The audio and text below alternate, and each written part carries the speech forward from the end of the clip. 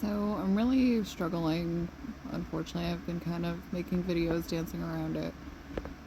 And I've seen a couple other people say that how I feel that I have like the Barbie version of autism, like whatever that setting is. Like I am constantly giving people the benefit of the doubt. I'm constantly looking for fresh start, fresh perspective, like just the capacity that I have to. I really only have total optimism at like 85% of the time or more, unless I keep it really in check, and then I realize, like, okay, I've been hurt a bunch, and then it circles back to total like all pessimism all the time, which is really hard also for different reasons. But in terms of like,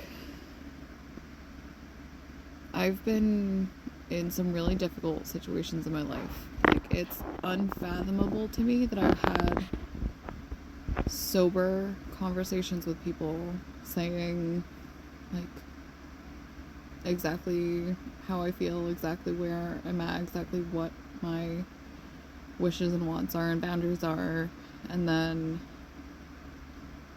those people immediately following me, relaying all that clear-cut information to them, wait until I feel like safe and a little bit fish naked at a party, and then they take it upon themselves to, like, it's really hard for me to even talk about now, but like, if I'm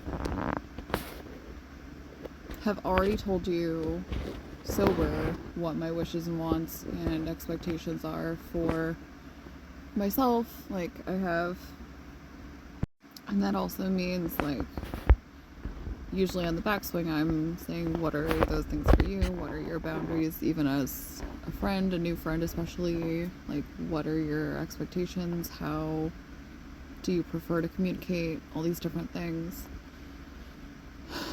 And then it becomes hard because that barrier for me is different when I'm drinking or smoking, which is why I'm not doing it a lot anymore, or not in the way I used to, because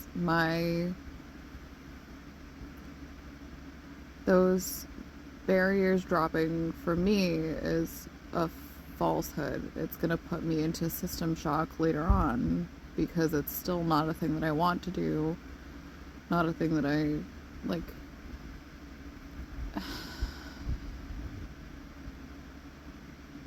It's really, it's hard. Like, for me, that really totally falls into sexual coercion, because there is literally no way for a sober person, like, a sober people cannot give consent. And I had to learn that from TikTok, because women and party culture in the 90s and party culture all the way back to the beginning and the dawn of time is just, oh yeah, that's what, people go out, people do this, people do whatever at parties and house parties, and like, the information was never relayed to me in that way until this,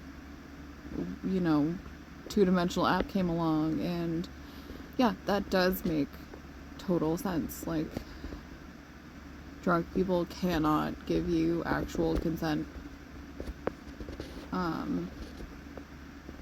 in any way, shape, or form, unless that's something that they've already given you prior. And if your first time meeting them is drunk girl at a party, like, no, like, literally don't be in that sphere. Like,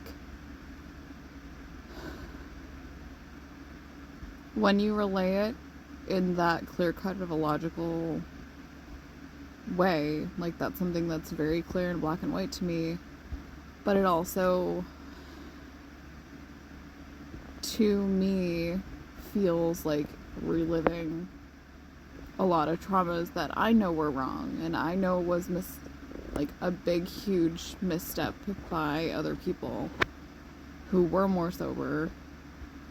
And like, just did what they felt like they wanted to do.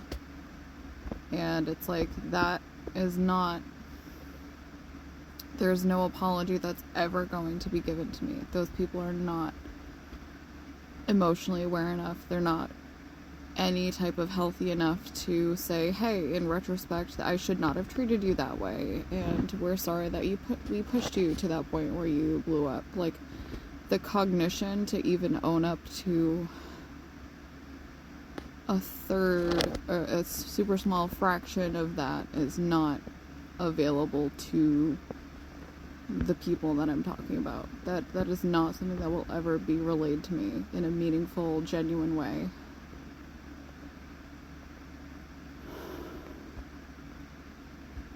And it's frustrating to me that they're all, like, there are still pods of people hanging out thinking that, oh, like, I was just angry and crazy after a while, when in reality it's like, there were so many different ways that none of my friends had my back.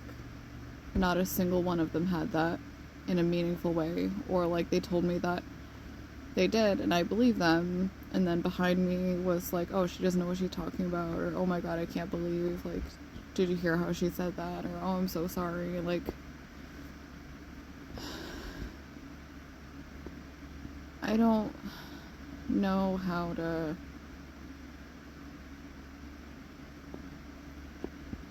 the party culture that we were all told, like, teenagers and adults were having on television, like, that's what I thought was normal. It's like, that's what being an adult, shape-shifting into an adult is. And I did kind of have that in a lot of different ways. I have that, circling back to my initial point, that Barbie idea of like, oh my god, nobody thinks that way anymore. Like, we're so far past that. Or no, like, that's not what friends do. They're not going to see that way. They're not gonna, like, take bad pictures of me and post them online. They're not gonna take, you know, all these nasty texts and send them around about like, oh my god, did you see her outfit or a wardrobe malfunction? Like, I would never ever. I am so much more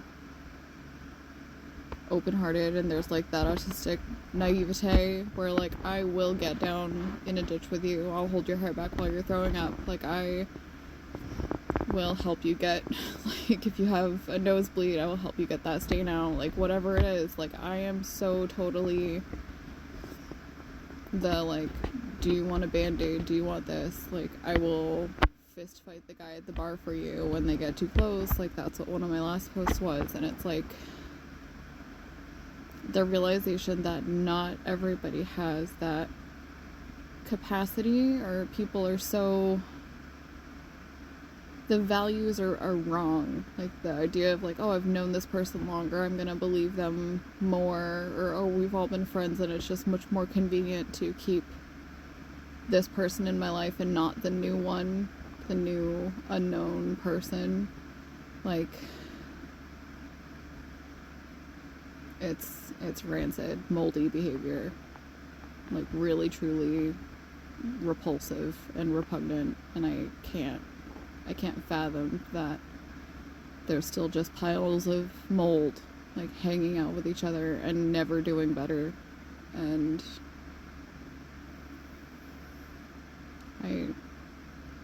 I can't.